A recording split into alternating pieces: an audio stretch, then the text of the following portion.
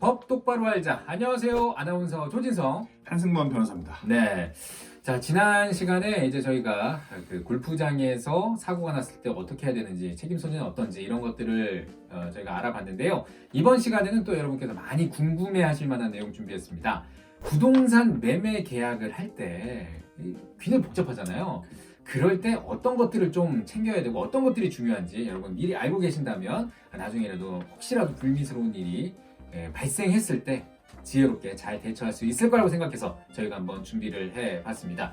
자, 부동산 매매 계약을 할 때 일단 뭐 계약서가 나오잖아요. 맞습니다. 모든 계약이든 이제 계약서가 나오는데 맞아. 계약서 딱 보면 일반 분들은 그냥 딱 보자마자는 머리가 하얘지거든요. 맞습니다. 예. 하지만 그 어려운 과정에서도 분명히 중요한 부분들이 있을 거란 말이에요. 이건 꼭 챙겨야 된다. 네. 예. 이것만큼은 체크해야 이 계약서를 쓸 때 뭔가 불이익을 받지 않는다. 이것만큼 체크해야 된다. 뭐가 있을까요? 일단 첫 번째로는 제일 중요한 건 당사자죠. 당사자를 잘 어떻게 표시하냐, 당사자를 누구로 하냐를 정해야 되지. 이걸 잘못했다가는 사실상 뭐 나중에 책임을 물으려고 할 때 안 될 수가 있거든요. 그래서 원칙적으로는 당사자가 해야 됩니다. 직접 당사자가. 그러니까 매수인, 매도인이면 직접 당사자가 서로 계약서에 날인하고 서로 직접적으로 관련을 해야 되고요. 만에 하나 계약할 때 대리인을 내세우는 경우가 있잖아요. 그럴 때는 대리인이 수권이라고 표현하는데 권한을 받았느냐 이런 것들을 봐야 돼요. 그러니까 대리권 확인이라던가 대리인에 대한 증명서를 받는다거나. 그래서 제일 중요한 거는 사실상 이 처분행위 같은 거, 부동산을 처분하는 행위에 있어서 위임장이나 인감증명서를 받아주시는 게 가장 좋습니다. 그래서 인감증명서의 중요성 제가 말씀드렸잖아요. 그래서 그 계약서 할 때 인감도장을 찍고 그 인감증명서를 받아두셔야 나중에 혹시 내가 문제가 됐을 때 상대방한테 정확하게 법률적인 책임을 물을 수 있다고 저는 생각합니다. 네, 뭐 그런 경우들이 있다면은, 그러니까 내가 당사자가 될 수 없는 경우라면은 지금 말씀해 주셨던 것은 뭐 인감이라든지 이런 잘 챙겨야 되는 거고, 일단 기본적으로는 당사자와 당사자끼리 계약을 해야 된다. 맞습니다. 이게 되게 간단한 건데, 왜냐면 이 대리권이나 인감증명서 같은 걸 안 받아두셔서 나중에 어려울 때가 있어요. 그러니까 미리미리 그런 제일 원칙이니까 기본적인 것들 다 아시겠지만 지키는 게 중요하지 않나 생각합니다. 예, 알겠습니다. 자, 그리고 이제 내가 부동산 사려고 이제 할 때, 혹은 내가 뭐 하려고 할 때라든지 계약서에 부동산을 이제 표시를 해야 되는데 어떤 기준으로 좀 이거를 표시해야 될지 그런 것도 좀 궁금하죠. 물론 사실은 이제 여기 계신 분들 입장에서는 대부분 이제 부동산 공인 중개업체가 계시니까 깔끔하게 할 수는 있겠지만 그때도 원칙에 대해서 알아두시면 좋을 것 같아요. 뭐 예를 들어서 토지를 기준으로 했을 때 토지 면적 같은 것들을 어떻게 적어야 되는지 모르겠지만 이거를 등기부를 기준으로 하는 게 아니라요. 토지 대장을 기준으로 표시해요. 토지 대장에 토지가 어떻게 나와 있냐고 할 때 거기랑 일치해서 쓰셔야 나중에 분쟁이, 왜냐면 그게 면적이 다를 수 있잖아요. 뭐 나는 몇 미터인데 다를 수 있기 때문에 토지 대장을 기준으로 하셔야 되고요. 또 건물에 대해서 할 때도 건축물 관리 대장을 기준으로 표시해요. 건축물 대장을 표시하시면 되고, 만에 하나 미등기 건물이 있다고 한다면 등기하신 다음에 매수하시는 것이 좋습니다. 그러니까 등기부 등본이 기준이 아니라 관리 대장이 건축물 관리 대장, 건축물은 토지는 등기부가 아니라 토지 대장을 기준으로 표시해야 되겠죠. 대장이 기준이 되는 거네요. 등기부만 너무 믿지 마시고요. 관리 대장, 대장 이것을 기준으로 삼아야 된다라는 것을 지금 말씀을 해주셨습니다. 그리고 이제 뭐 계약이 이제 뭐 성사가 돼서 돈을 주고받을 때 있잖아요. 제일 중요하죠. 제일 중요합니다. 이때 많이 또 어그러지기도 해요. 맞아요. 돈 주고받을 때 어떤 부분을 좀 챙겨야 되는지 궁금해요. 제일 많이 챙겨두셔야 될 것들이 계약금, 중도금, 잔금이나 지급 방법들에 대해서 써놓으셔야 돼요. 지급 계좌나 내가 언제까지 주겠다. 왜냐하면은 이 대금 지급 시기에 따라서 해제권 여부가 달라지기 때문에 뭐 이런 거 있잖아요. 계약금 냈을 때 계약금은 몰취한다거나 계약금 배액 반환하고 계약을 해제할 수 있다거나 여러 가지 이런 것들이 생기기 때문에 사실은 그 이행기를 잘 정해놔서 이행기가 중요한 이유는 이행기 전에 매수인이나 매도인이 계약을 해제할 수 있는 권한들이 달라집니다.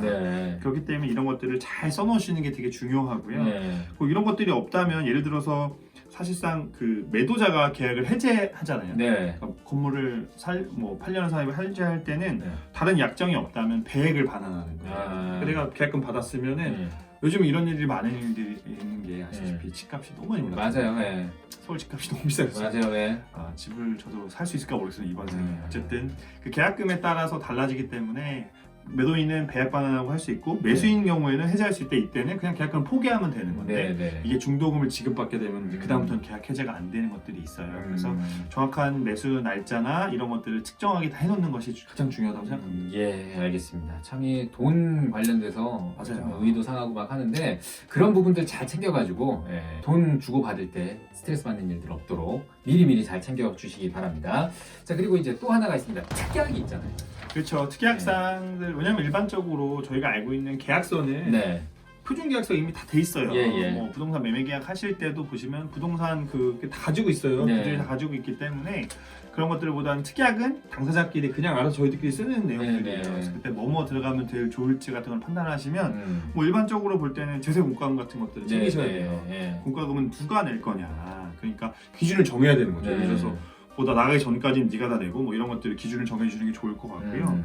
또 그 다음에 뭐 여러 가지 쯤은 뭐 가구나 뭐 에어컨 비용이라던가 이런 것들이 있을 수 있잖아요. 에어컨은 누가 어떻게 그렇죠. 가져갈지 말지 아니면 원상회복 의무라던가 예. 이런 것들도 정해주면 좋으실 것 같고 또 만약에 임대 임차인 경우에는 재소전 화해 같은 것들을 하냐 마냐 중요할 수 있어요. 재소전 화해라는 거는 나중에 그렇잖아요. 뭐 명도 수용이라고 해서 실제로 안 나가면 되게 피곤해요. 임대 입장에서 임차인이 안 나가면 되게 머리 아프잖아요. 그렇죠.